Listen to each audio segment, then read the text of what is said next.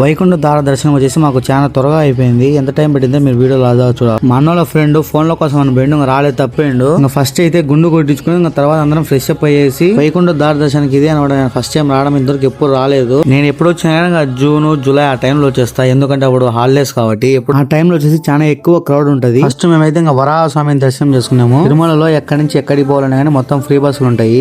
మేమైతే ఎటువంటి టోకెన్ గీకెన్ ఏం బుక్ చేసుకోలేదు, అంతా మొత్తం ఫ్రీ దర్శనమే. ఇంకా అక్కడికి వస్తానే టోకెన్ కొడతారు. మొబైల్ ఫోన్స్ అన్ని ఇంకా అక్కడే సబ్మిట్ చేసేసినాం. ఇంకా మాకైతే ఇంకా దర్శనం అంతా మొత్తం కంప్లీట్ అయిపోయింది. మేము మార్నింగ్ 9 గంటలకు పోయినాం లోపల క్యూ లైన్ లోకి. అలా బయటకు వచ్చేసరికి ఎంత టైం అయిందంటే 5:30 కల్లా అయిపోయింది దర్శనము. మాతో పాటు ఒక మనిషి వచ్చిండు, ఆ మనిషి తప్పిందని చెప్పినా కదా. ఫుల్ వీడియో కావాలంటే మన యూట్యూబ్ ఛానల్ లో పెడతా, మన ఛానల్ ని సబ్స్క్రైబ్ చేయండి. అట్లనే మీ లక్కీ హ్యాండ్స్ తో ఇన్స్టాల్ గానీ కొంచెం ఫాలో చేయండి. అందరూ చాలా మంది వీడియోలు చూస్తాను, ఫాలో కొట్టడం లేదు. ఈయన ఫోన్ లో కోసం అనిపోయిండు, అసలు ఇంకా రాలేదు. అసలు ఇంకా చాలా సేపు చూసినాము, చూసి ఇంకా ఎదురుగా మైక్ లో చెప్తా అంటే ఇంకా మైక్ లో అనౌన్స్మెంట్ చేసి అప్పుడు వచ్చేయండి మా దగ్గరికి.